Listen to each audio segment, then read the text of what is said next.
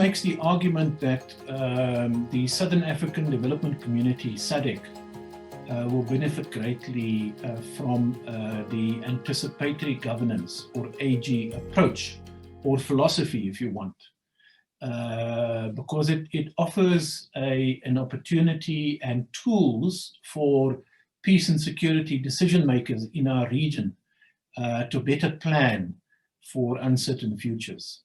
And so, by way of illustration, I've picked a recent and ongoing and evolving and deepening crisis, if you want, in Southern Africa to demonstrate the possibilities of anticipatory governance as a tool for better decision making. And so I think most of us know that in the northern part of Mozambique, in Cabo Delgado province, recently, in the last 3 years or so, a significant gas deposit or deposits were discovered and is being explored and exploited by big companies. At the same time, it appears that local grievances have boiled over and militants have taken control of portions of the mainland close to the gas exploration sites. And people are now talking about a deepening crisis around what I call violent extremism, or what other people call terrorism.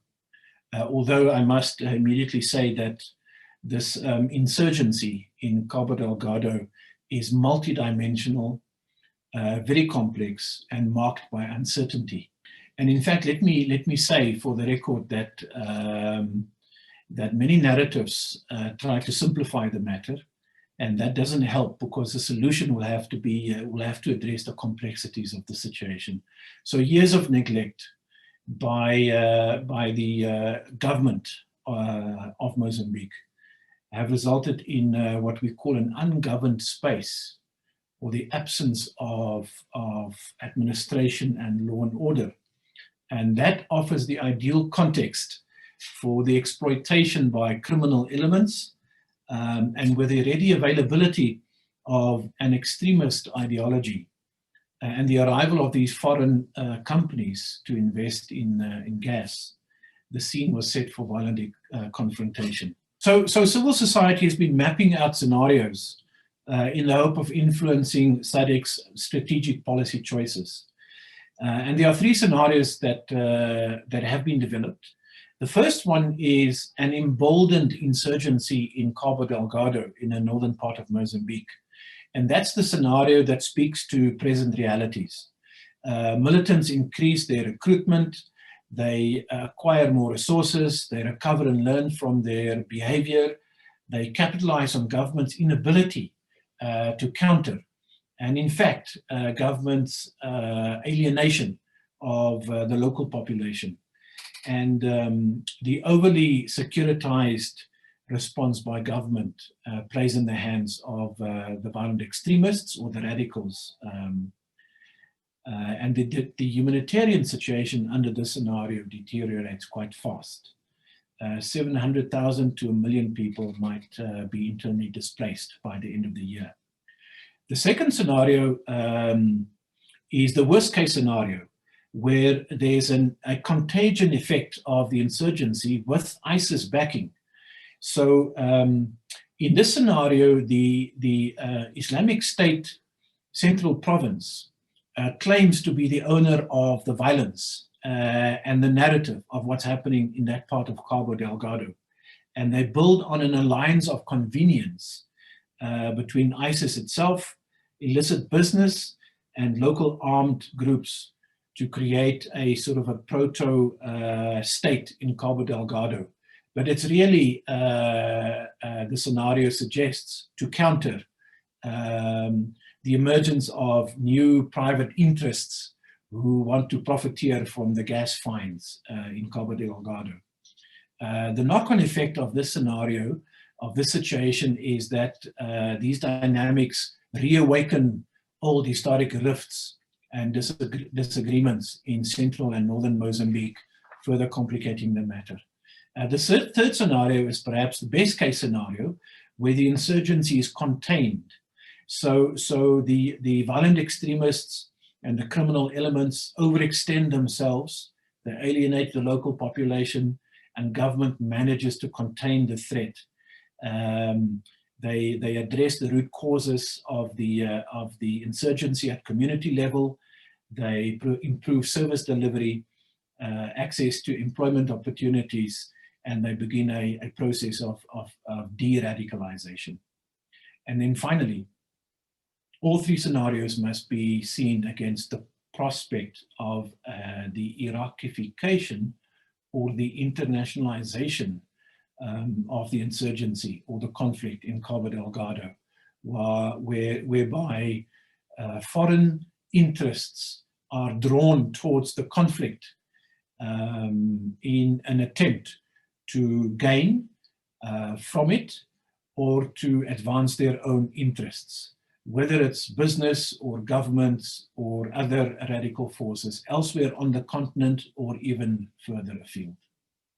So these are different possible outcomes. And how would anticipatory governance then make a difference? Well, I can think of four possible applications to advance the one scenario that is preferable over the other two. I mean, the first one is the very powerful message that government needs to address democracy deficits, and it must increase good governance. And these are the issues really at the heart of growing discontent and disruption in that part of Mozambique, but possibly elsewhere too. Secondly, we can understand from anticipatory governance and the toolbox it provides that it's preferable for government to adopt a whole of government approach aimed at addressing the root causes at community level, improving service delivery, access to employment opportunities, whilst engaging religious and community leaders in de-radicalization programs. The third one is that government ought to boost its intelligence gathering and information sharing with regional security counterparts rather than foreign services or foreign forces or armies or military experts, whilst at the same time improving border security and surveillance, but at the same time also working with international law enforcement to disrupt connection points of illicit trafficking networks and supply lines. And then fourthly, anticipatory governance would suggest that SADC purposefully strengthens its research and analysis capacity by creating a countering and preventing violent extremism unit rather than a counterterrorism unit only. And this unit, we would recommend, draws on foresight tools to help understand regional trends relating to all forms of violent extremism and terrorism. And SADC will be able to rest assured that it will be able to draw on expertise in civil society, in the think tank environment in the region. You might want to ask what the overall policy recommendations of this study are, and I can point out maybe two or three of the key messages that we want to transmit. We want to suggest and encourage SADC decision makers at the secretariat level, but also in the 16 member states, to move towards anticipatory governance. And to do that properly, I believe that the entire region needs to undertake a deep security sector review first. It's getting the hardware in place to be deployed properly once we understand the nature of the crisis and how to respond to it. And there are different ways of doing a security sector reform or adjustment process. Often donors and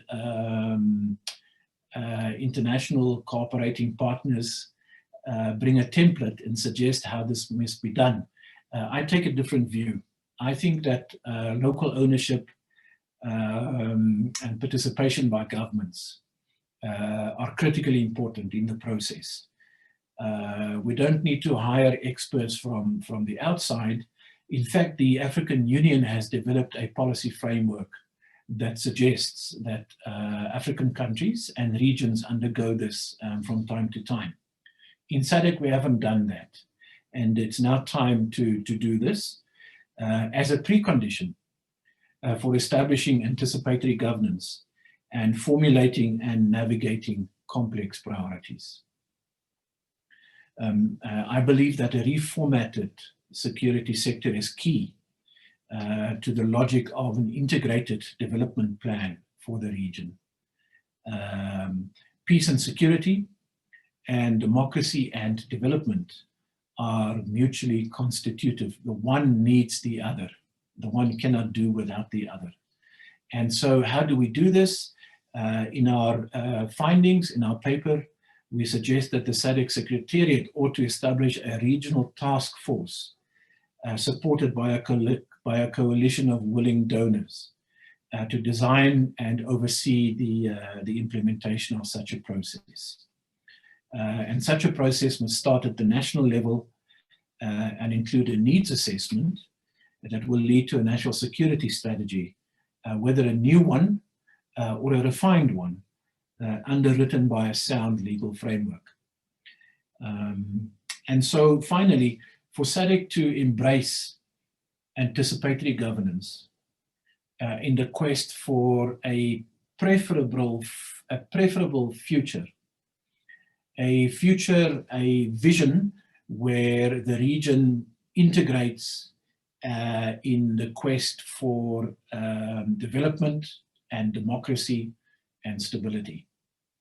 The organization itself, in this quest, the organization itself needs to recast and modernize, if you want, its decision-making processes, procedures, and culture of doing to achieve the desired outcomes. It must shake off, if you want, its obsession with state-centric behavior and sovereignty, and embrace the input and leadership from civil society.